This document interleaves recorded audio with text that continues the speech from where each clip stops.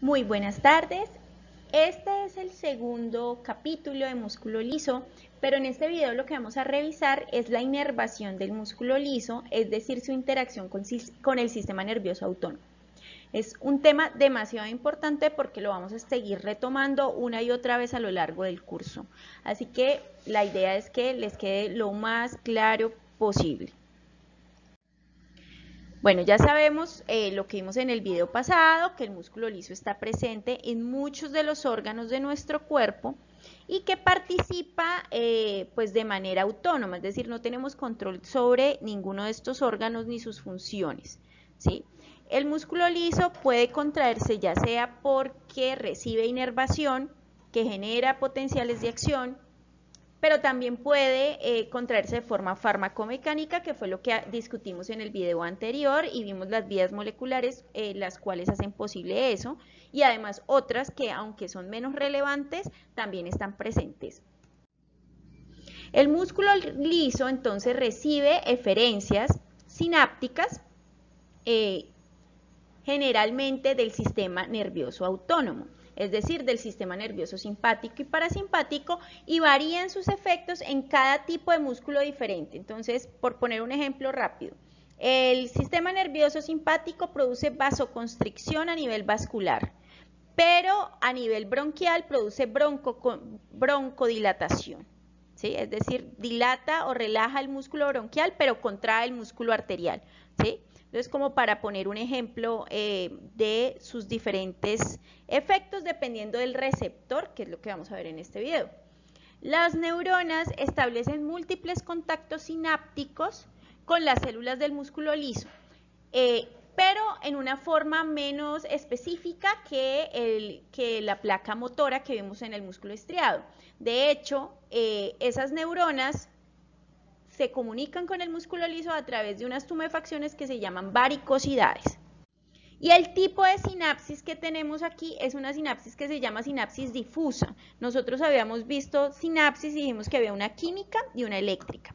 La sinapsis difusa es un tipo de sinapsis química, es decir, que usa neurotransmisores, pero ese terminal presináptico, hendidura sináptica y membrana postsináptica desaparece tan organizadamente.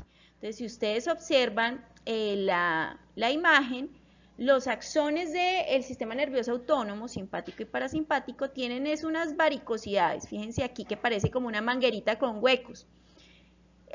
A través de esa, pues sale el neurotransmisor, que serían esas bolitas de color rojo, a través de esas vesículas.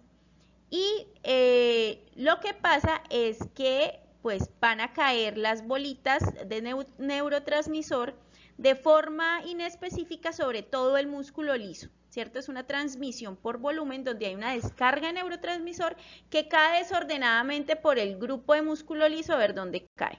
Eso se llama disinapsis difuso. En esta imagen observamos un esquema de los efectos parasimpáticos y simpáticos que hay sobre los diferentes órganos. ¿Qué es lo que vamos a intentar aprender hoy?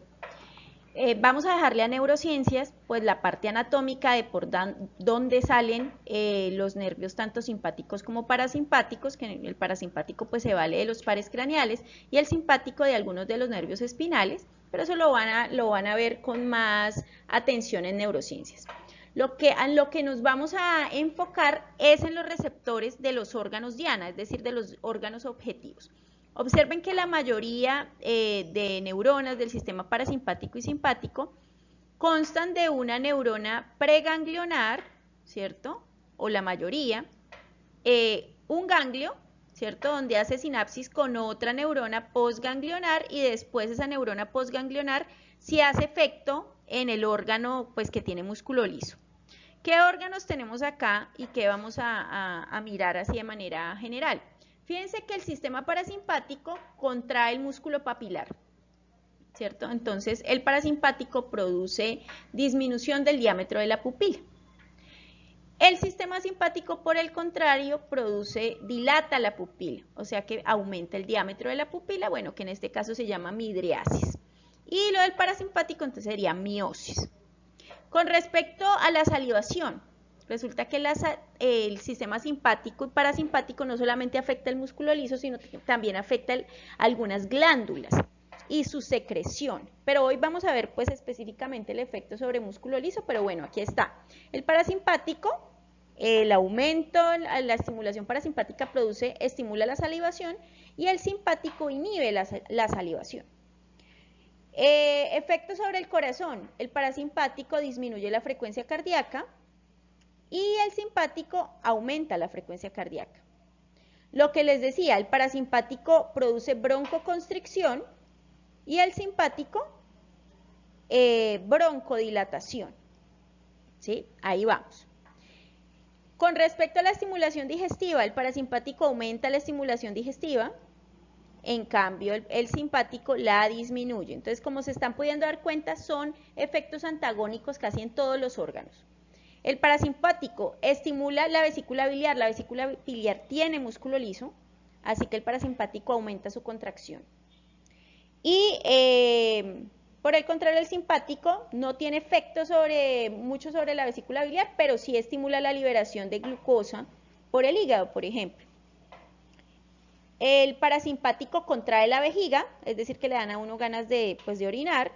En cambio, el simpático la relaja, así que el reflejo de ir a orinar pues disminuye.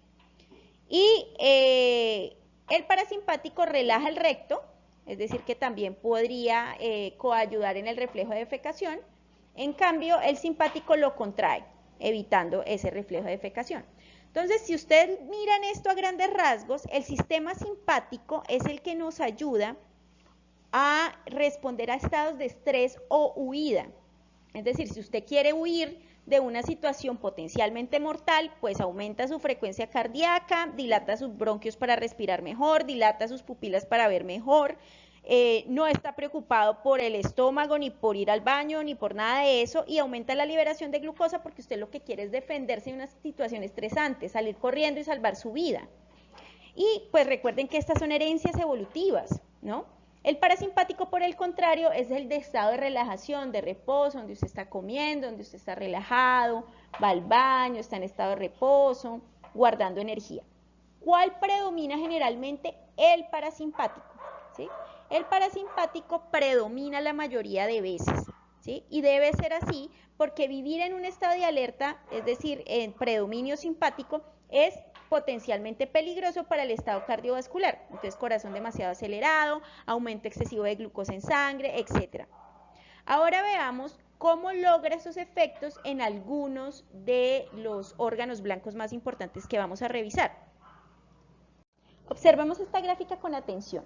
Si ustedes ven, el sistema nervioso central, pues tiene neuronas que son efectoras, que serían todas estas que están aquí, y ya vimos las del sistema somático, es decir, esta es una motoneurona alfa, que está aquí, ¿cierto? Que ya la vimos, que generalmente es mielinizada.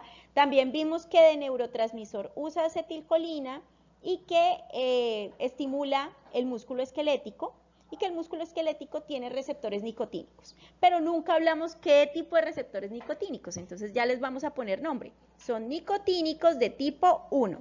¿Y dónde están? En el músculo esquelético. Y ya todo este rollo ya no lo aprendimos y lo estudiamos. Ahora miremos el sistema nervioso autónomo, es decir, la parte somática o el efecto somático ya lo revisamos. Ahora miremos el sistema nervioso autónomo, que se divide en sistema nervioso simpático y parasimpático. Les dije que había una neurona preganglionar y una neurona postganglionar en ambos, es decir, que aquí hay un ganglio extramedular donde hacen sinapsis, ¿cierto? Ya sea más cercano o más lejano a la médula, pero como sea. Ahí primero miremos la parte preganglionar simpática, es decir, sale esta neurona directamente de la materia gris que hay en la médula espinal, llega al ganglio y se encuentra con otra neurona de conexión y aquí se comunican a través de acetilcolina, tal cual como lo estudiamos antes en las otras neuronas. Esa acetilcolina aquí también llega a receptores nicotínicos, pero no de tipo 1, sino de tipo 2. Funcionan muy parecido, es decir, que dejan entrar un poquito de sodio, salir un poquito de potasio y se arrastra un potencial de acción a través de la neurona postganglionar, así como también lo vimos, es decir, electrotónicamente, con despolarización y luego repolarización. Lo interesante está llegando al músculo liso efector y glandular. Entonces hay como varios receptores diferentes y dependiendo de los receptores que hay en los órganos blancos, pues así mismo se van a comportar. Revisemos estos inicialmente. Entonces tenemos receptores alfa 1. Todos estos receptores alfa 1, alfa 2, beta 1, beta 2 y beta 3, que no está aquí, son receptores asociados a proteína G. Algunos son proteína GS, otras son proteína GQ, pero todos son asociados a proteína G. Y tienen efectos diferentes y los vamos a ver de forma detallada. Primero veámoslos de forma general y luego de forma detallada. Los alfa 1 están presentes sobre todo en el músculo liso vascular, es decir, en las arterias. Generalmente en casi todos los órganos que tienen músculo liso hay una combinación de todos estos receptores, pero siempre hay unos receptores que predominan sobre los demás en ciertos órganos. Entonces, por ejemplo, en el músculo liso vascular o las arterias hay muchos receptores alfa 1, ¿sí? En las neuronas presinápticamente hay muchos receptores alfa 2. Los beta 1 son más del corazón, ¿sí? Los beta 2 son mucho de los bronquios. A ver, vamos a tratar de dibujarlo aquí. Eso, listo. Entonces, beta 2, bronquios, beta 1, corazón, alfa 1, músculo liso arterial. Beta 3, que no aparece en la gráfica, pero también están en el tejido adiposo. En los adipocitos están llenos de receptores beta 3. Es decir, que el sistema nervioso simpático tiene influencia sobre el tejido adiposo.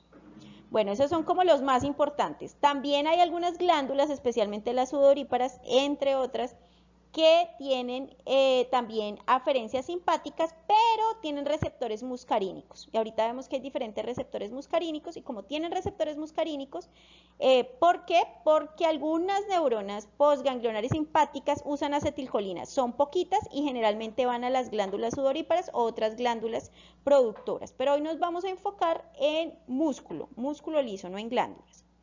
Con respecto al parasimpático, también hay una neurona preganglionar. La neurona preganglionar hace sinapsis con la neurona postganglionar. En el ganglio, esa neurona postganglionar tiene receptores nicotínicos, pero de tipo 2, igualmente que en el simpático, y usa acetilcolina. Lo diferente es que la membrana postganglionar usa acetilcolina también para el parasimpático y todos los receptores del músculo liso y de glándulas del parasimpático son receptores muscarínicos. Aquí no hemos dado los tipos de receptores muscarínicos, pero hay receptores muscarínicos de tipo 1, 2, 3, 4 y 5. Ya les digo dónde se encuentra cada uno, ¿sí? Y la acetilcolina entonces también llega a receptores nicotínicos. Entonces hay receptores nicotínicos de tipo 1 y 2 y hay receptores muscarínicos. ¿Cuál es la diferencia entre estos dos? Primero, que los receptores muscarínicos 1 y 2 son ionotrópicos, es decir, dejan pasar iones. Los muscarínicos son asociados a proteína G, ¿sí? Entonces esa diferencia es muy importante. Listo. El sistema simpático además tiene aferencias hacia la médula suprarrenal. Es decir, algunas neuronas preganglionares, bueno, llegan a la médula espinal, ¿sí? Y a través de acetilcolina y receptores nicotínicos de tipo 2, estimulan la médula suprarrenal, las células de la médula suprarrenal para producir adrenalina y noradrenalina. Eso lo veremos más a profundidad cuando veamos endocrino, pero como para contarles. Entonces vamos a enfocarnos en cuáles receptores de forma molecular. Entonces en los alfa 1, los beta 1, los beta 2 y los receptores muscarínicos. Bueno, algo que omití mencionar es que para todos estos receptores, alfa 1, alfa 2, beta 1, beta 2 y pues beta 3, el neurotransmisor postganglionar que usa el simpático pues es la noradrenalina, también conocida como norepinefrina. Entonces, cada vez que le pongamos noradrenalina a un paciente por la vena, por ejemplo, entonces va a llegar y va a hacer los efectos y va a llegar a todos estos receptores y a causar los efectos que ellos causan. Y ahorita entonces vemos en una tabla cuáles son los efectos que causan en los diferentes órganos. Como les comentaba, esta es la lista de receptores colinérgicos, es decir, que son sensibles a acetilcolina. Entonces tenemos el grupo de receptores nicotínicos, que generalmente son ionotrópicos, y los receptores muscarínicos, que son asociados a proteína G.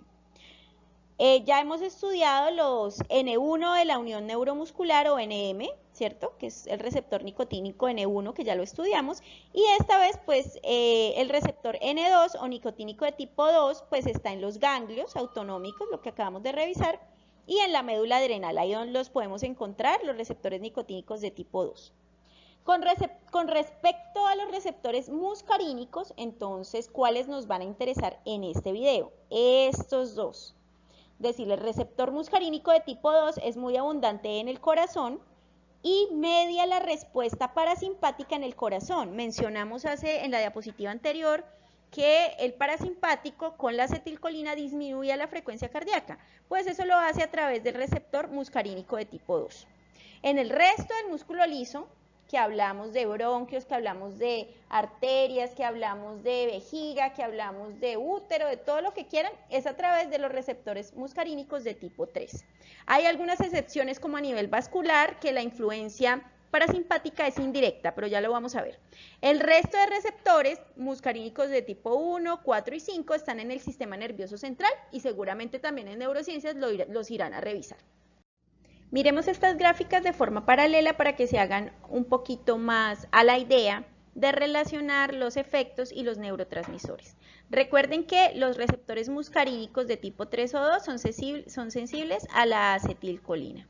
Y los receptores alfa 1 y beta de cualquier tipo son sensibles a la norepinefrina, ¿cierto? Entonces, por ejemplo, este muscarínico de tipo 4 es sensible a la acetilcolina. El resto todos a la noradrenalina. Si tú pones noradrenalina, vas a causar todos estos efectos que dicen aquí. Entonces, vamos a mirar algunos ejemplos. En el músculo ciliar del ojo, entonces relajación a través del receptor beta, generalmente es beta 2. Aquí el músculo radial, contracción. ¿Por qué? Porque estimula el receptor alfa 1 y el receptor alfa 1 produce contracción. El corazón, el nódulo sinoauricular. Entonces, el corazón, lo que les decía, tiene muchos receptores beta 1. Y si yo le pongo noradrenalina, siempre van a aumentar la frecuencia cardíaca, aumentar la contractilidad, acelerar el nódulo sinusal, ¿sí? Si yo le pongo acetilcolina, por el contrario, entonces voy a desacelerar y voy a disminuir la contractilidad porque tiene muchos receptores muscarínicos de tipo 2, ¿sí? Con el músculo liso vascular, es decir, el que está en arterias y venas, fíjense lo que pasa aquí. Los receptores alfa, y sobre todo los alfa 1, que son los que más hay en el receptor vascular, generalmente contraen, ¿sí?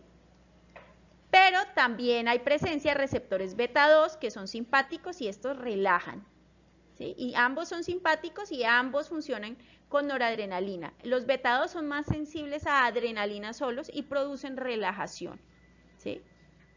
También indirectamente hay receptores muscarínicos, ¿cierto? Que se ven afectados por la acetilcolina y producen también vasodilatación, pero es de forma indirecta. Y ahorita les explico qué quiere decir indirecta.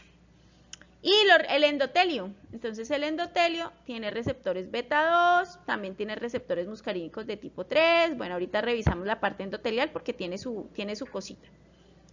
Y el músculo bronquial. Entonces en el músculo bronquial, como hay receptores beta 2, ¿cierto? Siempre produce relajación la influencia simpática, porque la noradrenalina, al tener contacto con este receptor beta 2, produce relajación del músculo bronquial.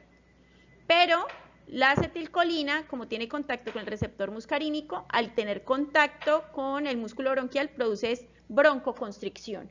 Entonces, fíjense que el efecto vascular y el efecto en los bronquios es contrario, no lo vayan a confundir. Esto es una información que es supremamente valiosa porque los va a acompañar hasta después de farmacología.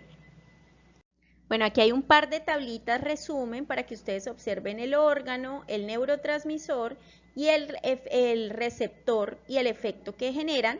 Entonces aquí está en páncreas, en tracto gastrointestinal, en algunas glándulas de la cabeza y en el músculo liso bronquial. Por favor analícenlas, hagan su propio cuadro para que tengan eso claro.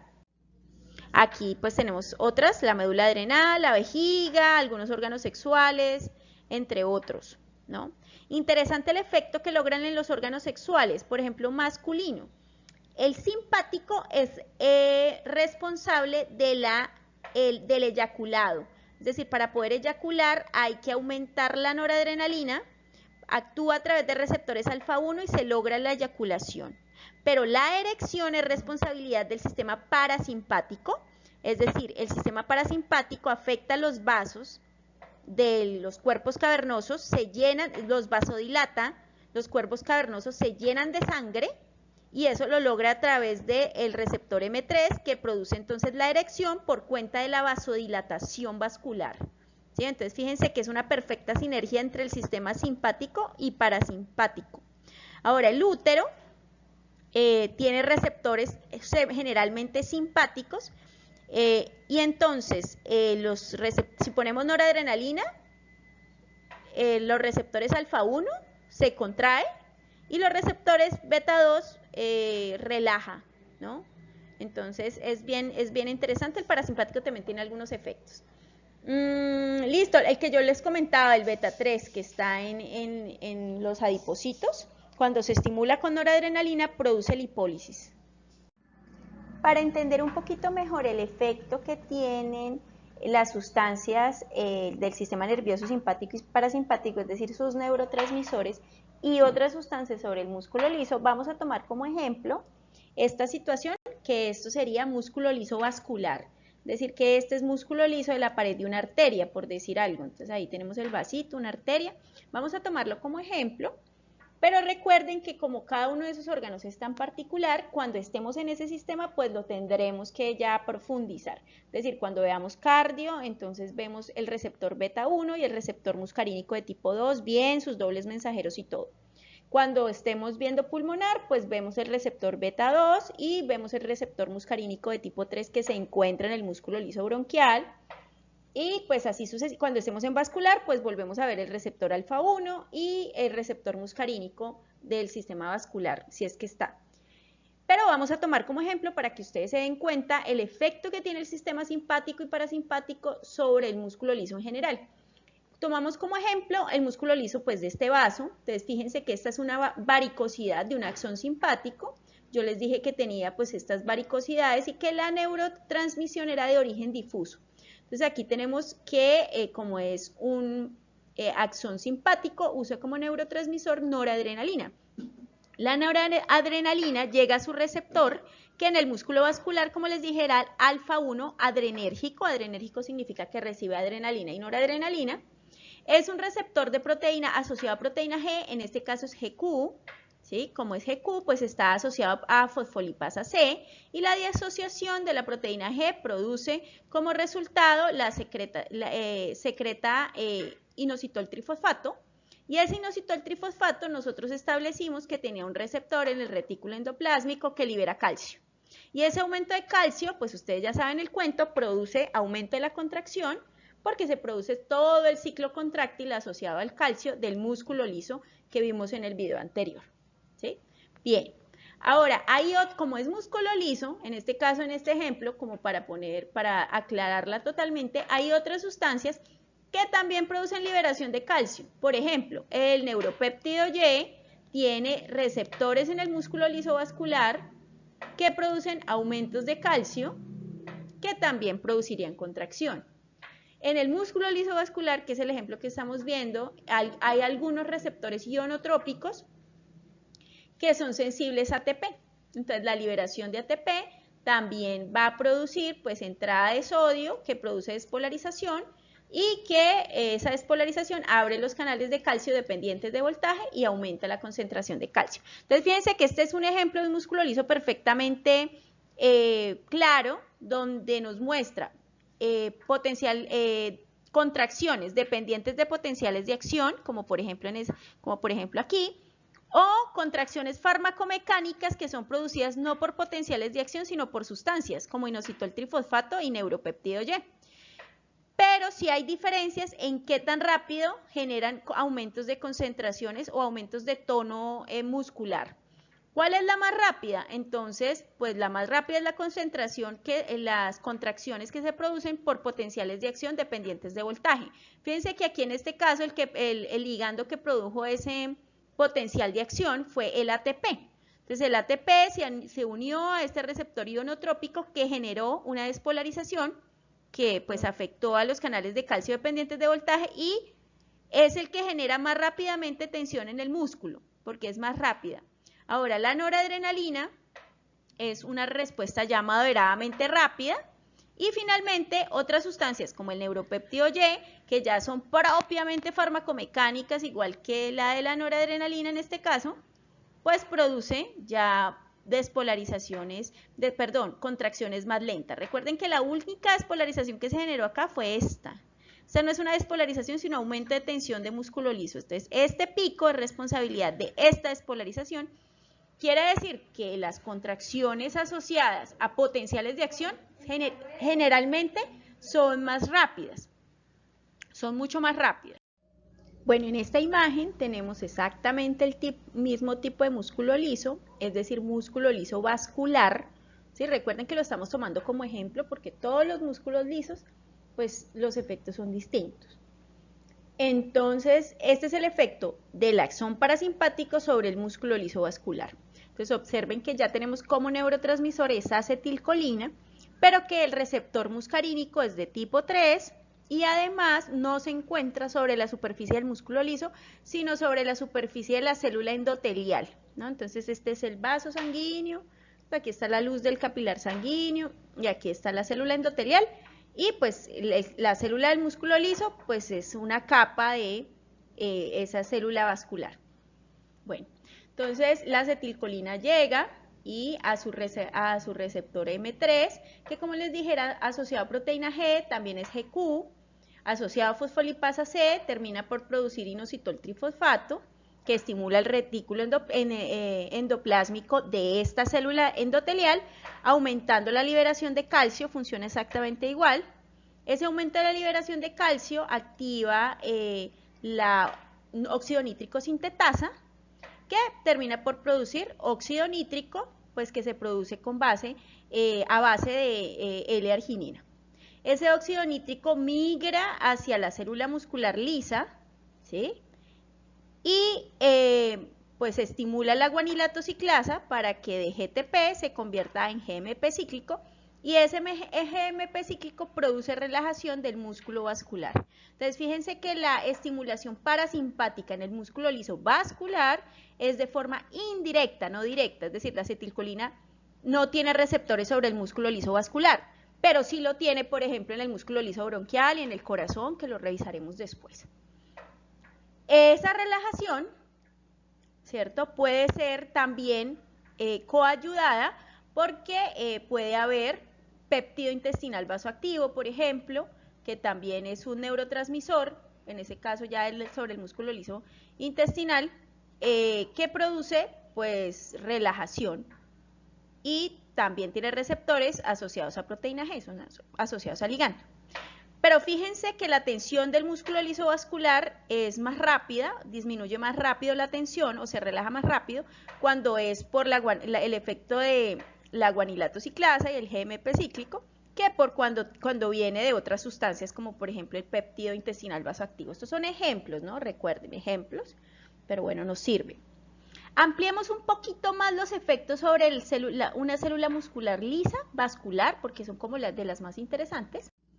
Fíjense en esta imagen. Esta es la célula endotelial, ¿cierto? Y esta es la célula muscular lisa de la pared vascular. Y aquí están como representados al mismo tiempo tanto los receptores muscarínicos que vimos en el tejido endotelial, como otros receptores de origen, de diferentes orígenes. Entonces acá tenemos el receptor de tromboxano A2, un receptor de endotelinas, un receptor de histamina, y un receptor asociado a cambios de voltaje, ¿no? No tenemos, creo que no está, es el receptor alfa 1, pero bueno. Pero miremos estas interacciones para que sean un poco más claras. Fíjense que cuando la acetilcolina llega, ¿cierto?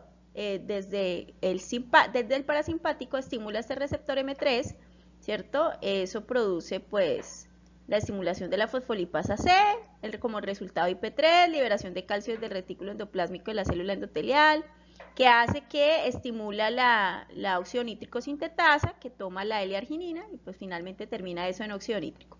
El óxido nítrico migra, pero lo que les quería mostrar es cómo se produce la relajación en sí, porque hasta ahí iban ustedes, yo me imagino que uno, cuando aprende la vía de la guanilato ciclasa, uno llega hasta acá, a decir, bueno, el GMP cíclico produce relajación. Sí, ¿por qué? Entonces vamos a ampliar por qué. Resulta que el GMP cíclico estimula una cosa que se llama las fosfoquinasas. Esas fosfoquinasas estimulan las corrientes de potasio repolarizantes, es decir, que empiezan a activar la salida de potasio, lo que hace repolarizar la célula muscular lisa, lo que genera relajación.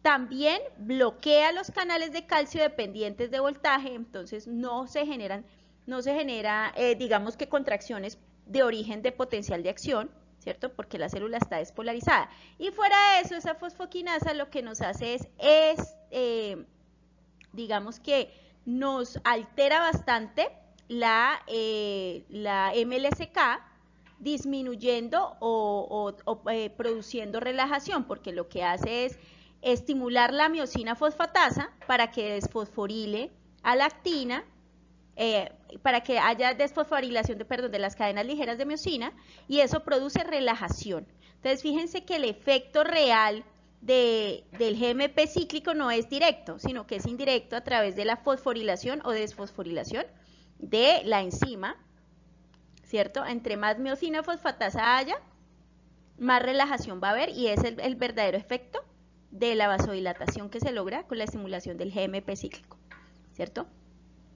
Por otro lado, fíjense que la fosfoquinasa A bloquea la MLCK, entonces hay menos fosforilación de las cadenas ligeras y eso genera pues relajación también, ¿sí? Ahí tenemos toda la cadena del GMP cíclico más clara para entender cómo es que finalmente produce relajación o no. Hay otras sustancias que, contrario al óxido nítrico, producen contracción del músculo liso. Ya sabemos que lo que produce contracción del músculo liso vascular, entonces puede ser la estimulación del receptor alfa-1 por medio de la estimulación simpática con noradrenalina, pero hay otras sustancias que producen contracciones farmacomecánicas o relajaciones farmacomecánicas. Entonces, un ejemplo de eso es el tromboxano A2. El tromboxano A2 se produce producto de un proceso inflamatorio que ustedes consultaron por la producción de ácido araquidónico, ¿sí? Cuando hay destrucción o procesos inflamatorios se produce ácido araquidónico, el ácido araquidónico produce ciclooxigenasas y lipoxigenasas, y de las ciclooxigenasas salen las prostaglandinas y también tenemos tromboxano. El tromboxano A2 es un fuerte vasoconstrictor, es digamos que un vasoconstrictor importante, ¿no? Es una vía vasoconstrictora aquí independiente del calcio, por ejemplo. Entonces, ¿qué hace? Estimula la vía de la rosinasa, y la rosinasa lo que hace es bloquear la miosina fosfatasa, y como bloquea la miosina fosfatasa, entonces la miosina fosfatasa lo que hace es desfosforilar, entonces las cadenas ligeras permanecen fosforiladas y eso aumenta la contracción. Fíjense aquí, el tromboxano A2 lo retomamos cuando veamos cascada de la coagulación. ¿Qué otras vías que sí son dependientes de calcio? Entonces las vías de las endotelinas. Las endotelinas se producen también en las células endoteliales, ¿cierto? Vienen de allá. Y las endotelinas son fuertes vasoconstrictores, sus receptores son asociados a proteína G, también a fosfolipasa C, es decir, por la vía del inositol trifosfato, permiten la liberación de calcio y pues el resto es historia, es decir, ya ustedes saben que el calcio se une a la calmodulina y genera contracción. Y pues aquí está la despolarización dependiente de calcio, que puede ser la estimulación por algún receptor asociado al ligando que sea ionotrópico, que haga que cambie la despolarización. Fíjense que aquí está el receptor asociado a depósitos, bueno, en fin. Y está el receptor de potasio asociado a calcio, etcétera. Entonces lo importante de eso es entender cómo genera contracción o relajación cualquiera de estas vías. Estos son unos ejemplos de cómo se activa el músculo liso, pero luego cuando veamos vascular, pues van a tener que aprender propiamente lo de vascular cuando veamos pues cada órgano de forma independiente. Aquí hay una comparación entre el receptor beta 1, que ya les dije que estaba primordialmente en el corazón, y el receptor beta 2, que está que también está en el corazón, pero mayormente en el músculo liso bronquial. Entonces nos muestra las vías, ambas son asociados a proteína G, pero en este caso son proteína GS, es decir, que ya no están asociadas a fosfolipasa, sino a adenilato ciclasa. Quiere decir que el ATP se va a volver AMP cíclico y ese AMP cíclico va a estimular la fosfoquinasa A. En el caso de los receptores beta 1 en el corazón, esa fosfoquinasa A aumenta el ingreso de calcio, estimula los receptores de calcio dependientes de voltaje y otro montón de receptores, aumenta la fosforilación del fosfolambán. Estas vías las vamos a ver muy clara y detenidamente cuando veamos cardio. En cambio, los receptores beta 2 producen relajación. También a través de la fosfoquinasa A, pero hacen otras cosas. Vamos a mostrarlo en un gráfico que tengo. Este gráfico es muchísimo mejor para explicar esa parte del receptor beta 2. Recuerden que está muy abundante en el músculo bronquial. Y dijimos que el simpático con noradrenalina, estimulando los beta 2 en el músculo bronquial, produce broncodilatación. De hecho, es un tratamiento. Hay unas sustancias que se llaman agonistas beta 2, agonista significa que estimula el receptor beta 2 y produce broncodilatación. Es decir, que se está tratando de imitar lo que hace el sistema nervioso simpático. ¿Cómo lo hace? Bueno, entonces, primero, el receptor beta 2, aquí es una proteína G, pero GS, ¿cierto?